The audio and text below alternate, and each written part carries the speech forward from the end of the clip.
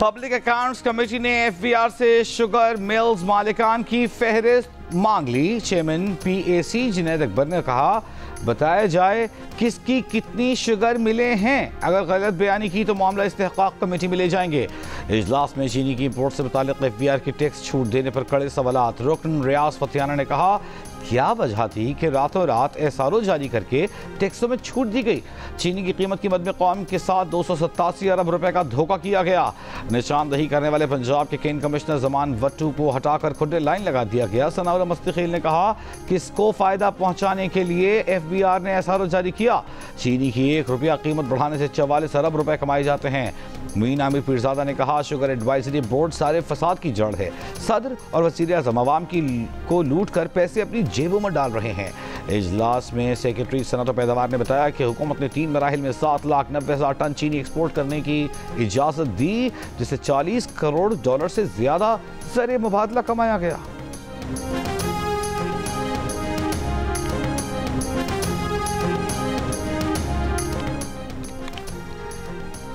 Dealers और sugar mills मालिकान का चीनी खरीदो फरोख्त का तनाज़ा हल न हो सका।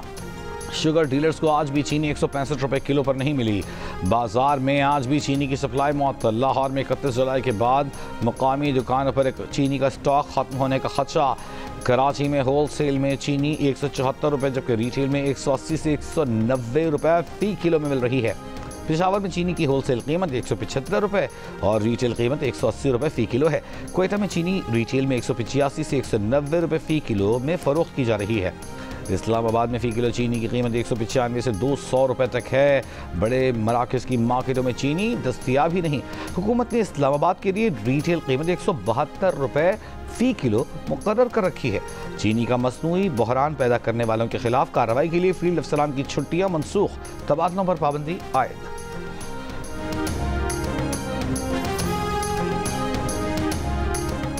हुकूमती हल्के कह रहे हैं कि अलीमा खान ने पार्टी हाईजैक कर ली।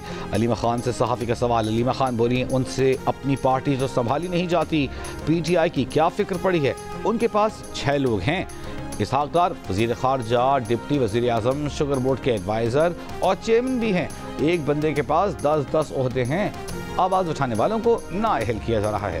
पंजाब के अपोजिशन लीडर को नाअहल कर दिया गया। अब ये पार्लियामेंट में अपोजिशन लीडर उमर अयूब को नाअहल करना चाह रहे हैं। शुगर माफिया मुल्क पर काबिज है, पैसे बनाने में लगे हुए हैं।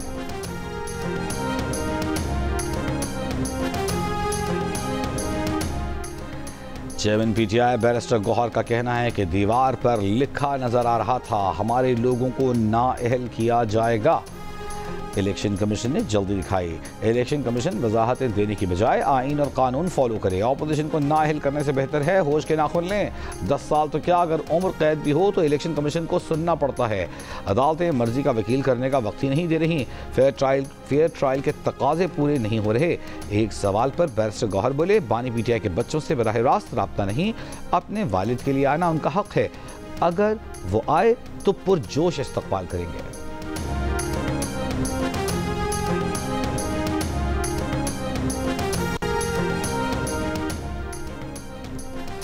सिक्योरिटी ज़राए का कहना है कि 21 जुलाई को कल्लात ऑपरेशन में हलाक दहशतगर्द सुहेब लांगू लापता अफराद की लिस्ट में था। फितनतुल हिंदुस्तान ने भी उसकी हलाकत और वाबस्तगी को तस्लीम किया। फितनतुल हिंदुस्तान से मुंसलिक मीडिया प्लेटफॉर्म ने दहशतगर्द सुहेब को लापता करार दिया था।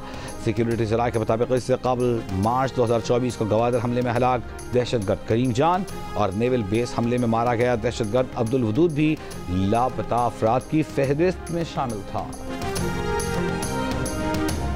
वज़ीर खैबर पख्तूनख्वा यमीन गंडापुर शराब और असलहा बरामदगी केस में इस्लामाबाद की अदालत में पेश। मीडिया से गुफ्तगू में कहा कि इस तरह की पेशियों से घबराने वाले नहीं, नाअहलियों गिरफ्तारियों से हौसले पस्त नहीं होंगे। खैबर पख्तूनख्वा में तहरीक इंसाफ की एहतजाजी तहरीक की क़यादत खुद करेंगे। 5 अगस्त को हर ज़िले हर हल्के से अवाम निकलेंगे। अली मीन ने कहा कि उनके खिलाफ झूठा केस बनाया गया। जब ये केस बनाया गया तो न वो वहाँ मौजूद थे, न ही वो गाड़ी उनकी थी। पेश हुए। अदालत ने पेश होने पर अली अमीन के वारंट गिरफ्तारी मनसूख कर दिए है।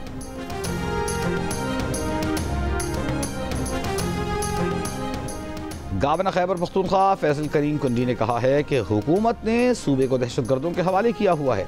अमन व अमान के क़याम में संजीदा नहीं। करप्शन, नौकरियां बेचना और पैसा कमाना सूबाई हुकूमत का 1 पॉइंट एजेंडा है। सूबाई हुकूमत लाइव स्टॉक की गाड़ियां भी खा गई। ऑपोजिशन के पास असेंबली इजलास बुलाने के लिए अक्सरियत आ चुकी है। अमन अमान से मुताल्लिक असेंबली इजलास की रिक्वेजिशन करेगी।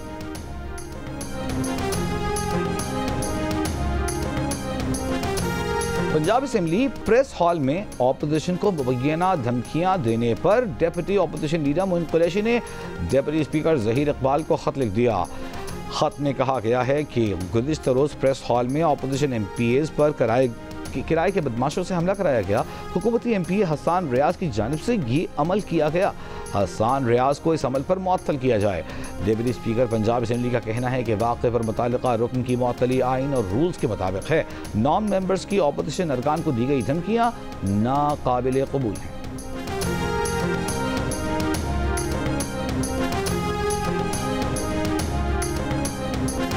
रावलपिंडी के इलाके पीर वधाई में जरगे के हुक्म पर खातून के कत्ल के केस में गिरफ्तार 3 मुलजिमान को जिस्मानी रिमांड पर मुकम्मल होने पर मुकामी अदालत में पेश किया गया। अदालत ने 2 मुलजिमान को जुडिशल रिमांड पर जेल भेज दिया। तीसरे मुलजिम रिक्शा ड्राइवर को मजीद 3 दिन के रिमांड पर पुलिस के हवाले कर दिया।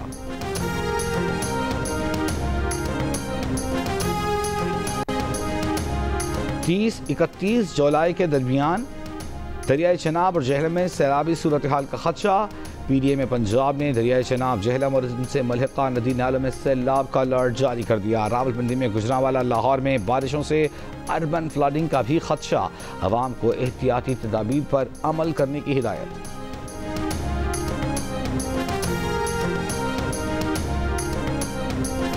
स्वात के मदरसे में उस्ताद के बदतरीन तशद्दुद से तालिब इल्म की हलाकत के केस में मरकजी मुलजिम उमर और उसका बेटा एहसान गिरफ्तार।